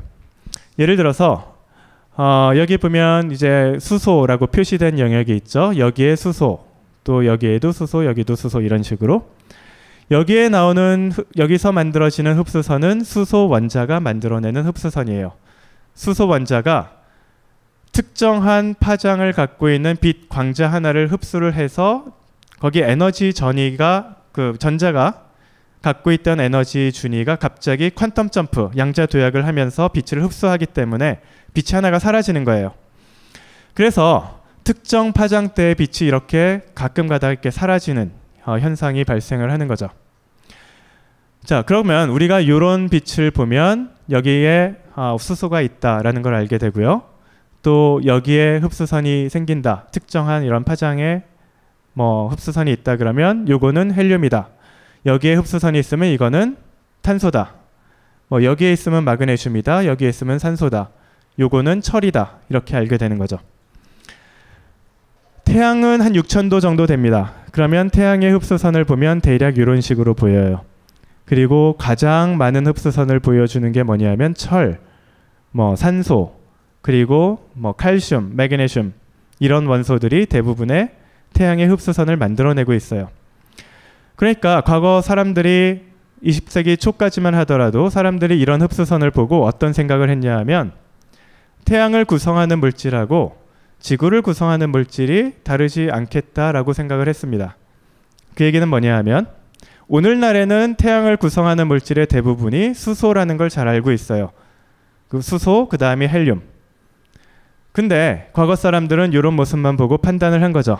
그러니까 이 모습의 인상만 가지고 판단을 한 거예요. 과학을 한 게 아니에요. 여기에 철에 굉장히 많은 흡수선이 있으니까 이것도 거대한 용암 덩어리겠구나. 그죠? 화산에서 나오는 용암 덩어리와 태양이 다르지 않겠구나 라고 생각을 한 겁니다. 그 당시로서는 굉장히 자연스러운 생각이었어요. 근데 나중에 세실리아 페인이라는 여성 천문학자가 나와서 이제 나중에 코스모스 몇 회 정도 되는지 기억은 안 나는데 여성 천문학자의 이야기가 나올 때가 있을 겁니다. 그때 이제 더 자세한 이야기를 들으실 수가 있을 텐데 세실리아 페인이라는 여성 천문학자가 발견한 거는 뭐냐 하면은요. 이 흡수선의 형태가 단순히 물질의 함량비가 결정하는 것이 아니라 설사 수소와 헬륨이 엄청나게 많고 철이나 마그네슘이나 이런 중원소들의 함량비가 아무리 적다고 하더라도 온도에 따라서는 흡수선의 형태가 굉장히 달라질 수 있다는 걸 발견을 했어요.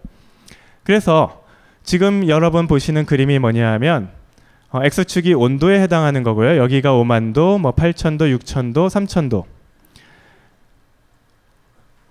그리고 각각에서는 어떤 원소가 각각의 온도에 대해서 가장 강한 흡수선을 만들어내는지를 보여주는 그림이에요. 그래서 10,000도 정도 되면 수소가 가장 강하게 보이고요. 5,000도 정도 되면 칼슘이 가장 강하게 보이고요. 근데 여기서 가정한 물질의 구성 성분은 수소가 가장 많고 헬륨이 그 다음이고 중원소 함량비는 한 2% 정도밖에 되지 않아요. 그러니까 중원소가 아무리 적다고 하더라도 온도가 낮으면 수소의 흡수선은 잘 보이지 않고 대부분은 철, 칼슘 이런 것만 보인다는 거죠. 이런 거를 통해서 별을 구성하는 물질이 무엇이었는지 우리가 알게 되고요. 더 나아가서 이제는 우주의 역사까지도 탐색을 할 수가 있게 됩니다. 그래서 빅뱅이 있고 나서 빅뱅 직후에는 과연 어떤 물질이 있었는가 그런 것들을 탐색을 하는 거죠. 예, 보면 과거의 물질, 과거로부터 이제 현재로 이렇게 왔을 때 흡수선의 모습이 이런 식으로 변한다는 거예요. 빅뱅의 직후에는 물질들이 수소와 헬륨밖에 없었고 중원소가 없다 보니까 스펙트럼이 깔끔한 겁니다. 별로 많은 물질들이 없다 보니까 현재로 올수록 중원소의 함량비가 많아지니까 이런 식으로 스펙트럼이 점점 더 복잡해지기 시작을 하는 거고요. 그래서 관찰을 해보면 과거로 갈수록 X축이 보여주는 게 과거인데요. 여기가 현재, 이거는 123억 년 과거. Y축이 보여주는 거는 각각 다른 원소의 함량비입니다. 그래서 산소, 황, 실리콘, 그 다음에 철 이런 것들이 있고요. 0이라는 거는 우리 태양계 정도의 함량비를 갖는다. 마이너스 1은 10분의 1, 마이너스 2는 100분의 1 그런 뜻입니다. 과거로 가면 갈수록 어때요? 점점점 줄어들죠. 빅뱅 우주론의 굉장히 중요한 검증 중에 하나였어요. 빅뱅 우주론에 따르면 초기 우주에는 중원소가 거의 없었습니다. 현재 우주로 올수록 별들의 진화를 통해서 더 많은 원소들이 만들어지고 그거를 통해서 중원소 함량비가 이렇게 증가했다라는 것을 관측적으로 확인한 굉장히 중요한 관측 사례가 되는 거죠. 우리 몸은 이런 중원소들로 구성되어 있기 때문에 생명의 가능성 역시 현재 우주로 올수록 이렇게 증가해 왔다라는 것을 나타내는 이야기입니다. 지금까지 뭐 굉장히 짧게 말씀드렸지만 이 굉장히 기가 막힌 일들을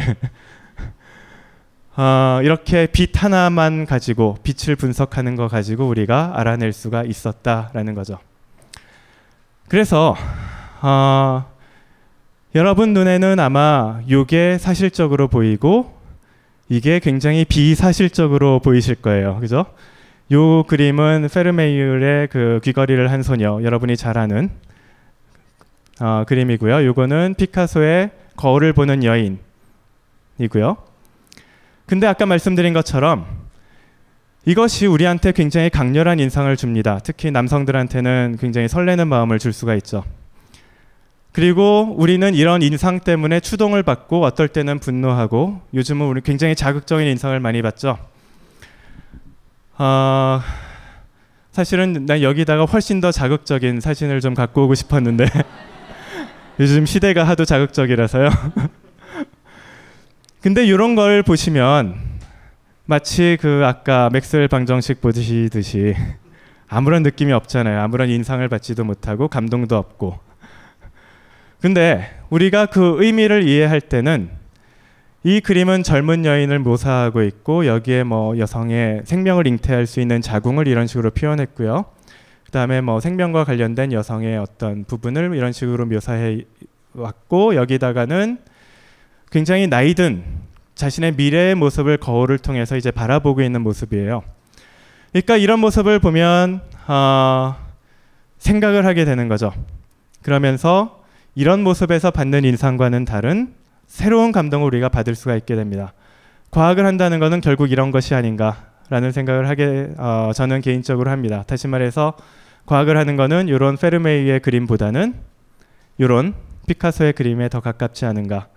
만일 우리가 이런 과학적인 과정을 알지 못하고 단순히 뭐 우리가 별의 먼지다 이런 낭만적인 이야기만 한다면 그러면 모세가 홍해를 갈랐다라고 하는 과거의 신화와 현대 과학적인 신화와는 아무런 차이가 없는 거잖아요. 그죠?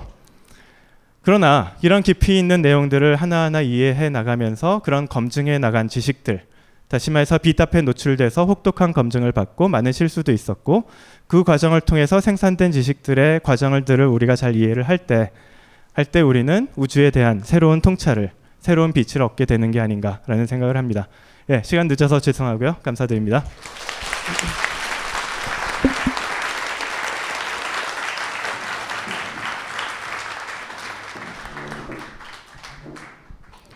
굉장히 정통적인 강의를 해주셨어요, 그죠? 예. 이럴 때도 있는 거죠, 그죠? 맨날 농담만 하고 할 수는 없으니까 굉장히 중요한 내용이었고요. 혹시 잘 이해하지 못하신 분은 저를 포함해서 나중에 팟캐스트화 됐을 때 들으시고 저희 PPT도 올리니까 보고 다시 확인하시면 될 것 같고요. 근데 하나 제가 아까 코스모스 영상 보면서 그 감마선이 이렇게 터지는 거 있잖아요. 그게 너무 고흐 그림 같았단 말이에요. 고흐는 감마선을 봤다 그런 건 불가능하죠? 그 당시에는 그걸 모르고 있었고, 근데 네. 고흐가 실제로 그림을 굉장히 그 봄대로 이렇게 네. 리얼리티를 살려서 그렸고요. 이렇게 그 당시에 이렇게 나선 누나가 이렇게 나선팔이 돌아가고 있다는 거를 알기 시작할 때거든요. 그래서 그런 것들에 대한 것들이 네. 그 실제로도 반영이 되고 자기 정신도 좀 이상했고 그러니까 그런 것들이 합쳐져 가지고 좀 어떤 환상을 만들어낸 것 같아요. 감마선을 본 게 아니고 그냥 정신이 이상했던 그런. 요즘 뭐 참 그런 사람들 많이 보이고 역시 재미있는 질문들이 들어왔고 질문을 제가 정리를 하고 있는데 네, 이런 질문이 있습니다. 감마선, 자외선, 적외선, 가시광선, 전파 말고 다른 종류의 빛이 있나요? 만약 있다면 무엇이 있고 그 빛들의 특징은 무엇인가요? 두 분 중에 어느 분이라도 이 지금 오늘은 열거된 천문학자가 나오셨으니까 천문학자가 주로 되고 다 말씀해 주신 것처럼 뭐 그게 빛의 전부죠. 파장 빛이라는 게 있는데 그걸 전자기파라고 부르고요. 그 파장이 다른 것에 이름을 붙였는데 그 아까 말씀하셨던 것처럼 제일 파장이 긴 게 전파고요. 그 다음에는 이제 적외선, 가시광선, 자외선, 그 다음에 X선, 감마선 그게 다죠. 네. 여러분 저기 옛날에 헐크 있잖아요. 헐크. 나이 좀 있으신 분들은 옛날 TV 드라마 헐크를 기억하실지도 모르겠어요. 제 또래는 600만 불의 사나이와 비슷한 시기에 했던 혹시 아세요? 거기 보면 처음 시작할 때 나옵니다. 도에 넘친 감마선을 쬐고 이 양반이 헐크가 된 거거든요. 감마선은 인체를 파괴합니다. 강력하고. 왜 이런 얘기를 하고 있죠? 예. 근데 감마선보다 더 강한 빛도 있나요? 아니요. 그런 사실 그게 정의하기 나름이잖아요. 네네. 사람 뭐 감마선이다 뭐다 이런 거는 예를 들어서 주파수가 특정 값 이상이다 그러면 그걸 감마선이라고 얘기를 하는 네. 거예요. 그러니까 우리가 그렇게 정의를 한 거예요. 그러니까 가장 에너지가 높은 빛 그것을 감마선이라고 우리가 얘기를 하는 겁니다. 근데 그렇게 빛의 에너지가 높아지면 또 그때 발생하는 일은 뭐냐 하면은 아인슈타인이 E는 MC 제곱이다 이거를 발견을 했잖아요. 네. 그러니까 감마선 정도 되면 MC 제곱에 해당하는 에너지가 이제 도달하기 시작을 하면 그 MC 제곱에 해당하는 에너지에 도달하기 시작을 해요. 그래서 빅뱅의 순간에는 그런 감마선들이 가득했는데 그 빛은 워낙 에너지가 높다 보니까 빛이 갑자기 뭐 물질과 반물질이 되고 그 물질과 반물질이 다시 합쳐져서 빛이 되고 그런 상태의 초기에는 있었다라고 생각하시면 될 것 같아요. 네. 그러니까 빛의 에너지가 아주 높아지면 더 이상 빛만 순수하게 남을 수가 없고요. 빛과 물질이 함께하는 그런 에너지 대역이 돼버린다라는 거죠. 네. 알 듯 모를 듯 하죠. 근데 이게 정의라는 게 그런 게요. 무지개는 우리는 항상 7색깔 무지개라고 얘기를 하고 근데 옛날에 서양 사람들은 무지개를 6색깔이라고 생각했어요. 그러니까 그것도 이제 예를 들어서 빨주노초 파남보 파란색 남색 이런 거를 같은 색으로 볼 거냐 다른 색으로 볼 거냐 뭐 하죠. 실제로 무지개를 보면은 칼로 딱딱 나눠지는 게 아니잖아요. 그래서 여러분 저기 무지개 하면 요즘 기억나시는 게 소위 말하는 LGBT 깃발 동성애 깃발 그거 6개입니다. 레인보우인데 이렇게 이제 보는 시각에 따라서 여러 가지로 얘기를 또 할 수가 있는 거고 감마선은 말씀하신 대로 어느 이상 강한 전자기파는 그냥 감마선이라 부르는 거다. 뭐 이런 식으로 정의가 되니까 이렇게 그냥 생각을 하시면 될 것 같아요. 그 다음에 요런 얘기. 전하가 전자의 움직임이라면 전자가 빛의 속도로 움직이면 광자가 되는 것입니까? 전자는 질량을 갖고 있잖아요. 그래서 만일 전자하고 반전자가 함께 충돌을 하면 그게 빛이 되기는 합니다. 근데 전자 하나가 뭐 빛의 속도에 가깝게 움직인다고 해서 전자 자체가 빛이 되지는 않아요. 다만 가속을 하는 과정에서 그 전자에서 빛이 방출되기는 합니다. 네. 네. 그럼 그 빛은 에너지에서 나온 거죠? 그렇죠. 에너지를 잃으면서 원자가 네, 맞습니다. 그 원자가 에너지를 잃으면서 그 에너지가 광자로 바깥으로 분출이 되는 그런 거죠. 네. 왜 에너지를 잃는다는 상황을 조금만 설명해 주시겠어요? 예를 들면 이런 거죠. 뭐 가속을 한다 혹은 뭐 감속을 한다 속도가 바뀐다는 얘기잖아요. 근데 굉장히 빠른 속도로 움직이고 있는데 그게 속도가 좀 느려진다 그러면 그만큼의 에너지가 차이가 나는 거죠. 빠르게 움직였을 때 운동 에너지와 느리게 움직였을 때 운동 에너지. 그러니까 그런 가속 운동이 있으면 그 차이만큼 에너지 차이만큼이 이제 빛으로 방출이 될 수가 있다. 그런 식으로 생각하시면 될 것 같습니다. 그냥 전체적인 게 에너지 다 보존된다고 생각을 에너지 하니까 보존 법칙. 예, 보존 법칙이 성립된다고 생각하니까 뭔가 움직이면 운동을 했으면 그거에 해당하는 나머지를 잃어버렸을 테니까 그것이 빛으로 나타나야 된다고 이제 그렇게 생각을 하는 거죠. 그러니까 뭘 잃었을 때는 반드시 뭔가가 또 있어야 되는 다른 것이고 형태로 바뀌어야 되는 것이고 있어야 되는 거죠. 네. 우리 몸도 그렇잖아요. 뭐 살을 빼려면 땀을 흘려야 된다거나 뭐 에너지를 많이 쓴다거나 사실 열심히 운동을 해서 이게 우리가 살이 떨어져 나가는 게 아니잖아요. 그죠? 에너지를 써가지고 그런 사람 없죠. 운동해가지고 배 툭 떨어져 나가고 이런 사람 없잖아요. 예. 예, 막 닥터 후에서처럼 살이 막 떨어져 나갔어요. 그러니까 그럼 참 편하긴 하겠는데 안 되니까 에너지 형태로 이제 그걸 잃어버리는 거니까 그렇게 비슷한 걸로 그 반대다 뭐 이렇게 생각하면 될 것 같고요. 역시 저는 쉽게 얘기하는데 좀 재주가 있는 것 같아요. 스펙트럼 선이 가시광선 이외에서도 나올 수 있나요? 저는 전파 천문학을 했는데요. 전파 영역에서도 이게 물론 눈에 보이진 않고 그런 거지만 그 수소 같은 경우도 수소 방출선이 나와요. 중성수소는 중성수소대로. 그리고 이제 아까 센티미터 뭐 밀리미터 그랬잖아요. 그래서 21cm에서 중성수소의 라인이 나오거든요. 그런 것도 이제 방출선이고요. 또 아까 그 먼 우주에서부터 이렇게 쭉 오면서 중간중간에 있는 물질에 의해서 흡수된다 그랬잖아요. 그런 식으로 해서 전파 영역에서도 흡수선이 있거든요. 그러니까 가시광선 영역뿐 아니라 적외선 뭐 모든 파장 영역에서 그런 메커니즘은 다 똑같아요. 근데 그게 어떤 빛에서 작동하느냐에 따라서 되는 거거든요. 그러니까 모든 파장 영역에서 다 방출성 흡수성이 다 나타난다고 보시면 될 것 같아요. 네. 근데 우리가 그렇다면은 가시광선에 나오는 스펙트럼 선만으로도 충분히 물질을 확인할 수는 있는 건가요? 다른 데서 안 봐도 굳이 감마선 뭐 무슨 뭐 그런 것에서 안 뒤져봐도. 그건 경우에 따라 다릅니다. 네. 예를 들어서 초신성 잔해에서 아까 구본철 교수님이라는 분이 인을 발견하셨다고 했는데요. 거기 인이 어떻게 발견이 됐냐면 그건 적외선에서 발견이 됐어요. 아하. 왜냐하면 가시광선에서는 그 인의 방출선이 굉장히 미약하고 거의 보이지가 않기 때문에 적외선에서 더 잘 보였던 거죠. 그러니까 그런 경우를 천체의 종류에 따라서 네. 예, 잘 보이는 그런 선들이 존재합니다. 네. 그러니까 뭐 예를 들어서 분자 같은 것들은 대부분 밀리미터 이쪽에서 하니까 이렇게 거의 적외선 끄트머리랑 전파 처음 영역에서 발견이 많이 돼요. 그래서 이건 전파 천문학자들이 하기도 하고 적외선 천문학자들이 하기도 하고요. 근데 이게 이제 그 분자들은 그렇게 많이 나타나고 그 기체 이렇게 가스 구름 같은 거 있는 것들은 또 센티미터 쪽이나 밀리미터 긴 쪽에서 나타나고 이러거든요. 그래서 그 어떤 것들이 가지고 있는 성질에 따라서 그 내뿜는 그 파장 영역도 다 틀리게 되거든요. 그래서 단지 이렇게 어떤 파장을 관측한다는 것 자체가 또 어떻게 보면 어떤 특정한 천체를 관측하는 거랑 이렇게 연결되기도 해요, 사실은. 네.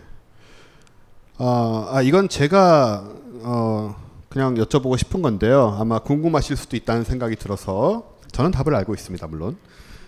우리 빨주노초 파남보 이게 대충 스펙트럼이다라고 하고 이제 별빛들도 대충 여기에 맞춰서 파란색은 뜨겁고 빨간색은 뭐 덜 뜨겁고 이런 식으로 얘기를 하는데 중간에 녹색이 있지 않습니까? 근데 녹색 별이란 건 없잖아요. 왜 녹색 별이 없는가? 제가 대답해야 되는 겁니까 혹시? 예, 이게 저 편집해야겠군요 이거. 네, 저는 이 전공자가 아니기 때문에 오히려 잡스러운 것들을 뒤지다 보니까 이런 게 어디서 잡혔어요. 이렇게 다 있어야 되는데 왜 없나. 근데 제가 본 바에 따르면 전문적으로 설명을 못합니다. 사실 못하는데 이제 녹색별이 녹색이 스펙트럼의 한가운데에 대충 있다 보니까 이 색들이 다 뒤섞인 상태가 돼서 흰색으로 보인답니다. 녹색으로 따로 드러나지 않고. 그러니까 사실 이게 파란색이라고 해서 파란색만 있는 게 아니고 아시다시피 태양은 노란색에 가깝지만은 스펙트럼 다 나오잖아요. 7가지가. 그런 식으로 모든 게 다 섞여 있는데 녹색에는 녹색 주변의 온도에서는 이 뜨거운 쪽에서부터 차가운 쪽까지 색깔이 다 포함되어 있는데 이게 다 밸런스를 이룬대요. 그래서 이런 별들은 그냥 헛구무리하게 보이고 녹색으로 확 드러나지 않는다라고 제가 어디서 봤습니다. 대답이 됐습니까? 처음이에요 지금 이런 일. 네.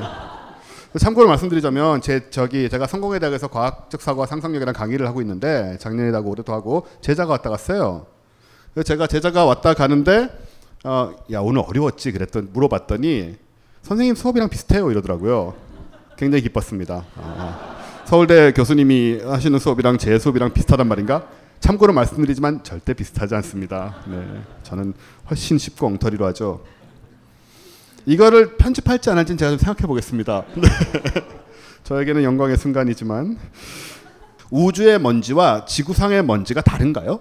우주상에 어떻게 먼지가 존재하죠? 이제 먼지라는 말 때문에 우리가 생각을 여러 가지로 하게 되는 것 같은데 오늘의 주제인 빛과는 관련이 없는 것 같다고도 한마디 일침을 놓아주셨는데 자, 일단 우리 먼지하고 우주상 먼지하고 뭐 어떻게 다른가요?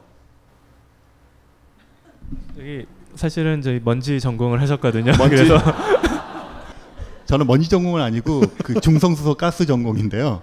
그러니까 지구상에 있는 거나 그러니까 먼지하고 그러니까 성운이라는 거 있잖아요. 뭐 예를 들어 오리온 자리 성운 이런 거 보면 이렇게 까맣게 보이는 부분 있잖아요. 말머리 성운 이런 게 먼지고요. 거기 이렇게 녹색이나 붉은색으로 이렇게 보이는 게 그 가스거든요. 근데 말 그대로 가스는 기체고요. 먼지는 고체예요.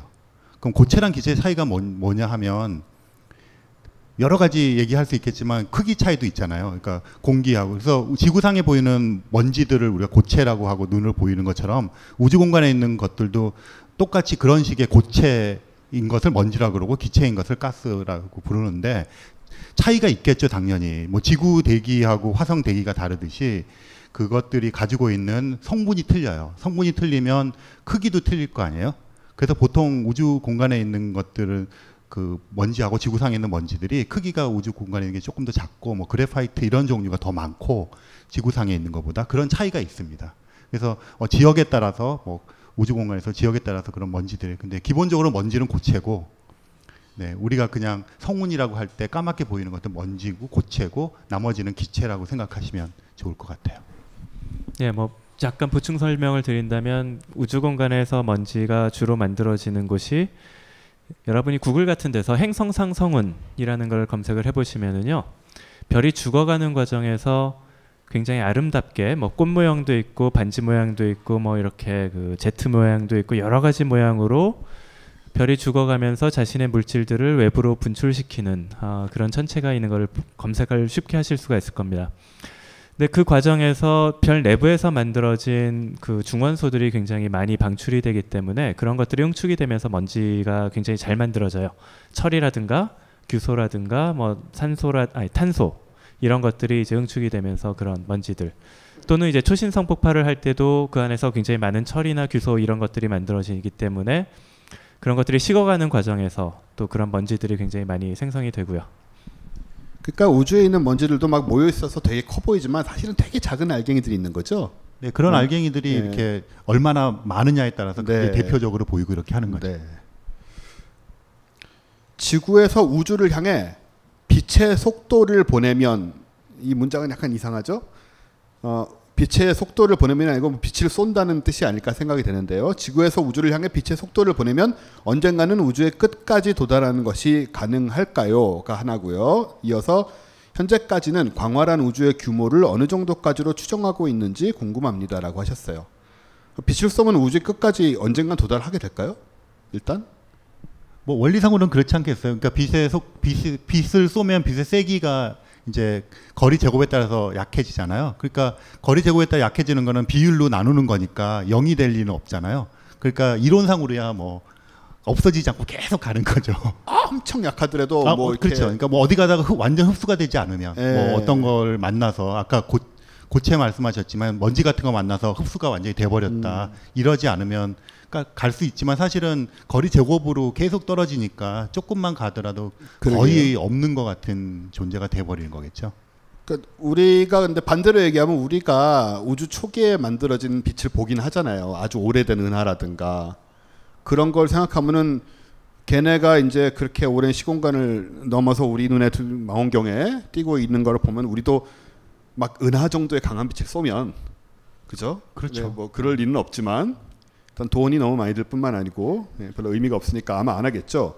그러니까 우주의 규모 얘기를 하셨는데요. 제가 얼마 전에 봤는데 저는 그렇게 생각을 했어요. 처음엔 누구나 다 그렇게 생각을 하시더라고요. 우주가 138원을 냈으니까 우주의 크기는 138억 광년일 것이다라고 하는데 실제로는 팽창을 굉장히 많이 해가지고 공간이 중간에 훨씬 크답니다. 그래서 제가 사이즈 오브 유니버스하고 확인을 해보면 지구를 중심으로 해서 각각 한 70억 광년쯤 됩니다. 사방으로. 그래서 끝에서 끝까지 950억 광년이 지금 관측 가능한 우주의 크기라고 옵저버블 유니버스라고 나와요. 정확하게 원리는 제가 모르겠는데요. 중간에 공간이 막 커지는 그러니까 이제 예를 들어 138억 년 되었잖아요.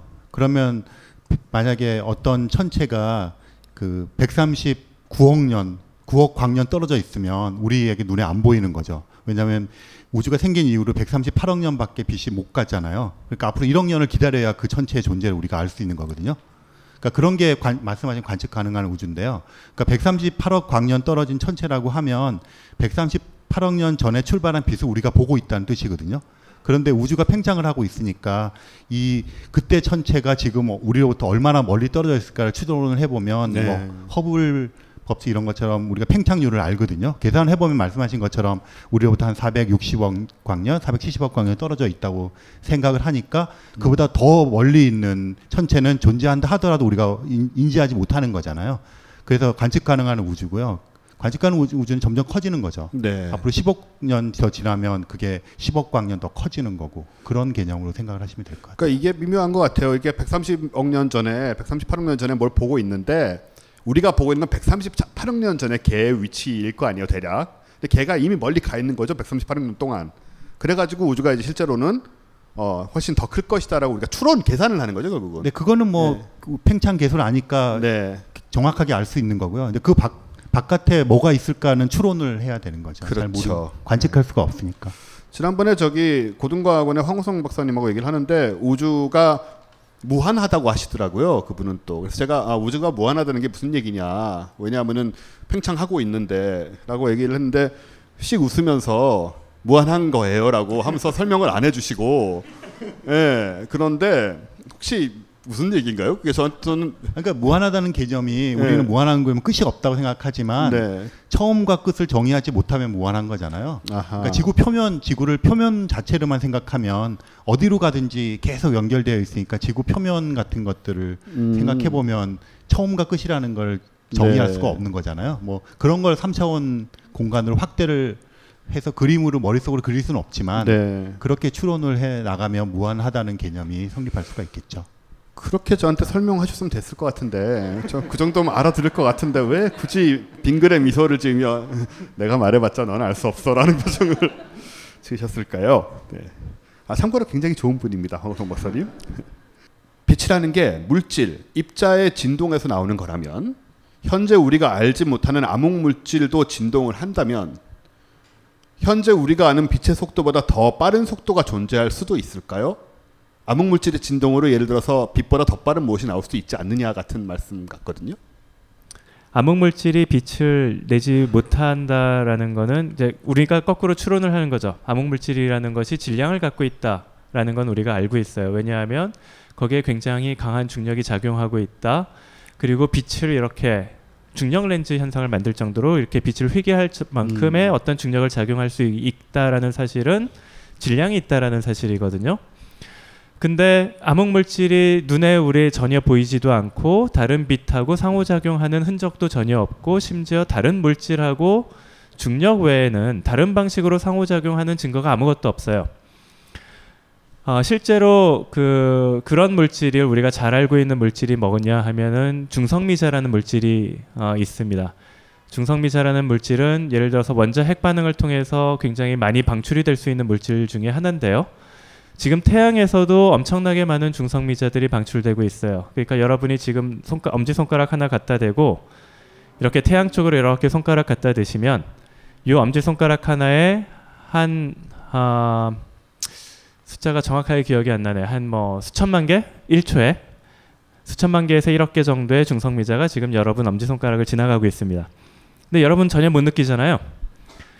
그런 것처럼 암흑물질도 그런 물질이 아닐까라고 생각을 하고 있습니다. 그 얘기는 뭐냐 하면 전하가 없다는 거예요.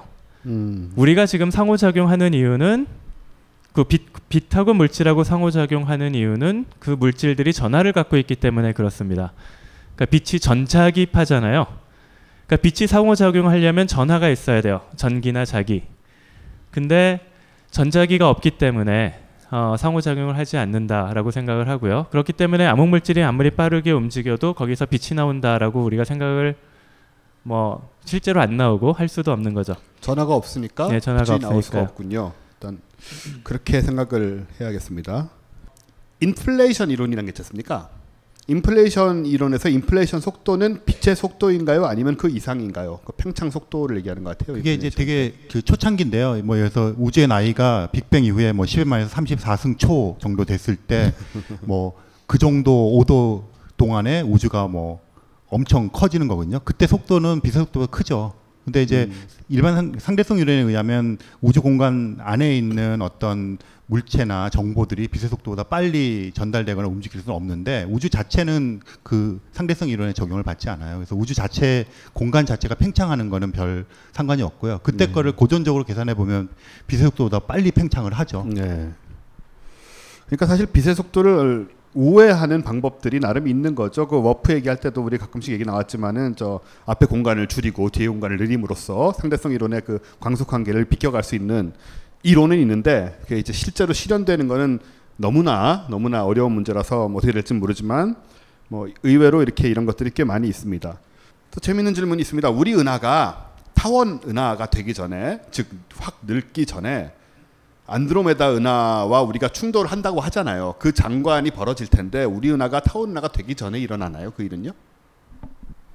예, 우리 은하가 타원 은하가 되기 전에요. 네. 우리 은하는 지금 나선 은하죠. 안드로메다처럼요. 그리고 언젠가는 안드로메다 은하랑 우리 은하가 충돌할 예정이고요. 그리고 나서 한참 후에 그렇게 역학적으로 다 우리가 흔히 뭐 릴렉스 된다는 표현을 쓰는데요. 모든 것이 다 역학적으로 평형 상태에 도달하게 되고 무거운 별들이 다 죽고 사라지고 그러면 이제 타원 은하가 될 것으로 예측하고 있습니다. 그러니까는 안드로메다랑 부딪히는 몇십억 년 후 정도 가지고는 아직 타원 은하가 되는 건 아닌 건가요? 예, 아마 몇십억 년 단위로는 안 될 거고요. 네. 예. 몇십억 년 단위로 되기는 하는데, 네. 그러니까 안드로메다하고 충돌할 때까지는 아마 한 30억 년 정도의 시간이 남았어요. 네. 그래서 그때까지 어떻게 될까요, 진짜? 충돌하고 나서 말씀하신 대로 이게 뒤섞이고 막 그래서 타원 은하 모양처럼 이게 골고루 평형을 이루어야 되잖아요. 그때까지 걸리는 시간은 훨씬 더 오랜 시간이 걸리겠죠, 당연히. 저런 타원 은하들은 그럼 뭐 굉장히 늙은, 얼마나 늙은 은하들인가요? 저런 거는 뭐 그러니까 타원 은하 지금 말씀하신 대로 네. 이렇게 나선 은하끼리 합쳐서 되는 거대 타원 은하가 있고요. 네. 그런 거 말고 그냥 한 덩어리에서 가스에서 그냥 팍 되는 작은 타원 은하들이 있어요. 네네. 그러니까 거대 타원 은하는 기본적으로 나선 은하가 탱겼다가 합쳐져야 되는 거니까 아하. 나이가 엄청 많겠죠. 네네. 그리고 작은 애들이야 뭐 나이가 많아도 그거보다는 적겠죠. 네. 아마 한 100억 년. 100억 네, 년. 보통 생각하시면 100억 년 최소한 이상. 우리 은하도 뭐 120억 년 그렇게 보잖아요. 네. 이거는 좀 역사 질문일 수 있는데요. 다큐에서 중세 시대엔 이슬람 세계가 과학적으로 서구 유럽 사회보다 더 우수했다고 했었는데, 그렇다면 이후에 어떻게 유럽 사회가 이슬람 세계를 제치고 과학을 선도할 수 있게 되었나요? 뭐 얘기하시는 것처럼 뭐 중국이라든지 그런 원래 문명이 발상한 곳인데 중국은 굉장히 기술적으로 하고 그거를 과학으로 연결시키지 못했다고 보통 생각을 하고 있고요. 네. 아랍은 그야말로 어디든지 그렇지만 지금 우리가 뭐 그리스라든가 이런 데 가게 되면 옛날에 그 굉장히 영광을 보지만 지금 그리스는 우리보다도 정말 더 혹독한 그런 걸 치르고 있는 나라잖아요. 그러니까 아랍에서 융성했지만 그 이후에 뭐 역사 아시듯이 아랍의 역사라는 게 거기서 그 자기들끼리도 그렇지만 외부 세력에 의해서 얼마나 침탈당한 그런 역사입니까? 그래서 뭘 그런 보존할 수 있는 그런 경황이 없었을 테고요. 네. 다행히 그게 유럽으로, 그러니까 처음에 이제 무어족들이 넘어오고 뭐 그럴 시절부터 유럽으로 전파가 되면서 우리에게 연결되어 온 거니까 참 다행이라고 생각을 해야죠. 네. 뭐 역사책 쓴 입장에서 말씀을 드리자면, 게르만 유럽으로 넘어가면서 로마가 476년에 멸망을 하거든요. 서로마가. 그러면서 게르만 천하가 됩니다, 유럽이. 그러면서 이제 그리스 로마의 문헌들이 다 사라져요. 그거를 이슬람 세계가 보존을 합니다. 왜냐하면은 우리가 알고 있는 지금 터키 지역이 사실은 그리스와 로마 지역이었거든요. 그 지역의 이슬람 교도들이 그 책들, 아리스토텔레스, 플라톤, 뭐 소크라테스 이런 그리스 책을 전부 보존을 하고 있었고 유럽에서는 다 잊혀졌었어요. 그게 10세기가 넘어서 유럽으로, 그러니까는 십자군 원정이나 이런 것들이 이제 10세기, 11세기 일어나는데 그때 역수입이 됩니다. 그래서 완전히 잊어버린 걸 유럽이 역수입을 해서 그때부터 다시 시작을 해요. 그러니까 그런 과정에서 아랍은 앞서 있을 수밖에 없었던 거고요. 유럽이 그걸 수입을 하고 거기서 발전을 시켜가면서 이제 점점 따라잡을 수 있게 되고, 이제 근대 이후로는 이제 유럽에서는 근대 혁명이 일어났고 아랍에서는 이제 이슬람교가 너무나 강력하게 계속 지배를 해왔기 때문에 그런 부분이 좀 늦었고 이런 차이가 있지 않았나 생각이 돼요. 마지막으로 매우 재밌는 그리고 끝내기에 참 좋은 얘기입니다. 주말에 천문대를 가신대요. 수십 년 만이라 설렘다고 하십니다. 예, 수십 년 만에 천문대를 가시는군요. 우리 셋에 대한 질문인데요. 세 분은 우주의 별 혹은 은하 혹은 성운, 먼지, etc. 중 제일 선호하는 것이 있나요? 참고로 이분은 우라노스는 천왕성이죠, 그죠? 네. 우라노스가 천왕성이죠. 넵튠이 해왕성이고, 그죠? 네, 천왕성. 예, 우라노스가 천왕성인데 우라노스를 제일 좋아하신대요. 왜냐하면 세일러문 중에 제일 멋지대요. 동의해요. 네, 뭐 동의합니다. 이렇게, 예. 윤석철 교수님은 어떤 천체를 하나 꼽자. 내가 제일 좋아하는 천체가 뭐다. 제가 예를 들어서 내가 천문대에 가서 하나 보겠다 하면은 가장 선호하는 건 항상 토성입니다. 토성. 예. 예. 그러니까 제가 대학교에 입학하고 나서 대학교에서 이제 구비하고 있던 망원경으로 가장 먼저 본 천체 중에 하나가 토성이었는데요. 그때 토성을 보고 나서 느낀 감동 아직도 잊지 못하고 있어요. 그래서 네. 천문대라든가 망원경이 있으면 항상 그 감동을 다시 살리고 싶어서 토성의 띠 있잖아요. 그렇죠. 예, 네. 망원경으로 그거를 보는 느낌이 상당히 다르거든요. 네. 저도 처음 그걸 봤을 때 정말 너무 예뻐서 깜짝 놀랐어요. 그냥 사진을 보는 거하고 진짜 다르더라고요. 내일 천문대 가시잖아요, 또. 예, 저도 그죠? 내일 학생들 데리고 소백산 천문대에 갈 예정입니다. 교수님 있으신 건가요, 혹시? 아닙니다. 네, 천문대 이번에 가시면 또 날씨 좋으면 거기 밖에 있는 망원경으로 토성이 보이더라고요. 한번 또 보시고 어렸을 때 감동을 이어나가길 바라겠습니다. 이명환 박사님은 어떤 천체를? 저는 언제 팟캐스트 할 때도 말씀드린 것 같은데 네. 이렇게 제일 오래된 기억에 남는 천체가 금성이에요. 그러니까 유치원 때. 그래서 네, 이렇게 네. 금성하고 맨날 얘기하고 그랬었거든요. 그래가지고 예. 근데 그게 첫사랑이죠, 뭐 첫사랑 금성이. 그래서 지금도 사실은 금성이 이렇게 떠 있을 때가 되게 신비로운 시간대잖아요. 해가 그렇죠. 지거나 이럴 네. 때고 아직 별은 안 보이고 그래서 여전히 이렇게 금성 바라보면 그때 느낌은 그대로 간직을 못하지만 이렇게 네. 느낌이 굉장히 좋아요. 그래서 금성을 저는 금성의 기운을 받고 뭐 이런. 기운까지는 못 받고 그냥 짝사랑하는 거죠. 네. 저는 뭐 화성이죠, 당연히. 네. 뭘 저한테 질문을 하고 계시? 참고로 제가 지금 대답한 것을 이해하지 못하시는 분들은 온라인 서점에서 태양계 연대기를 검색하시면 잘 아실 수 있습니다. 그리고 윤석철 교수님은 이 누군지 모르겠는데요. 카미키 듀노스케? 누구예요? 카미키인가요? 카미키 듀노스케를 닮으신 것 같다고 하는데요. 우리 카미키 듀노스케를 검색해 볼까요, 한번?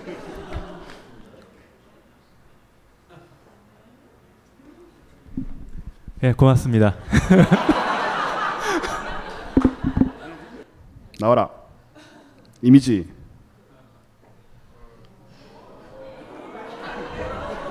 이건 조석인데요, 조석. 이제 좀 너무한 거 아니에요, 이건? 이 뭐가? 예? 예? 어쨌든 네, 오늘 굉장히 정통적이고 아주 정말 학자스러운 강의를 들려주신 윤석철 교수님께 다시 박수 부탁드릴게요.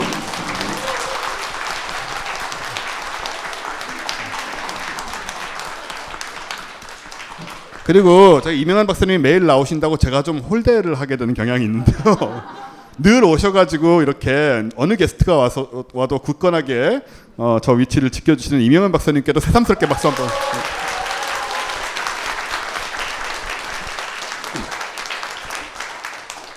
네, 그럼 저희는 다음 주 이 시간에 더 깊이를 가지고 손승우 한양대 물리학과 교수님과 함께 찾아뵙도록 하겠습니다. 감사합니다.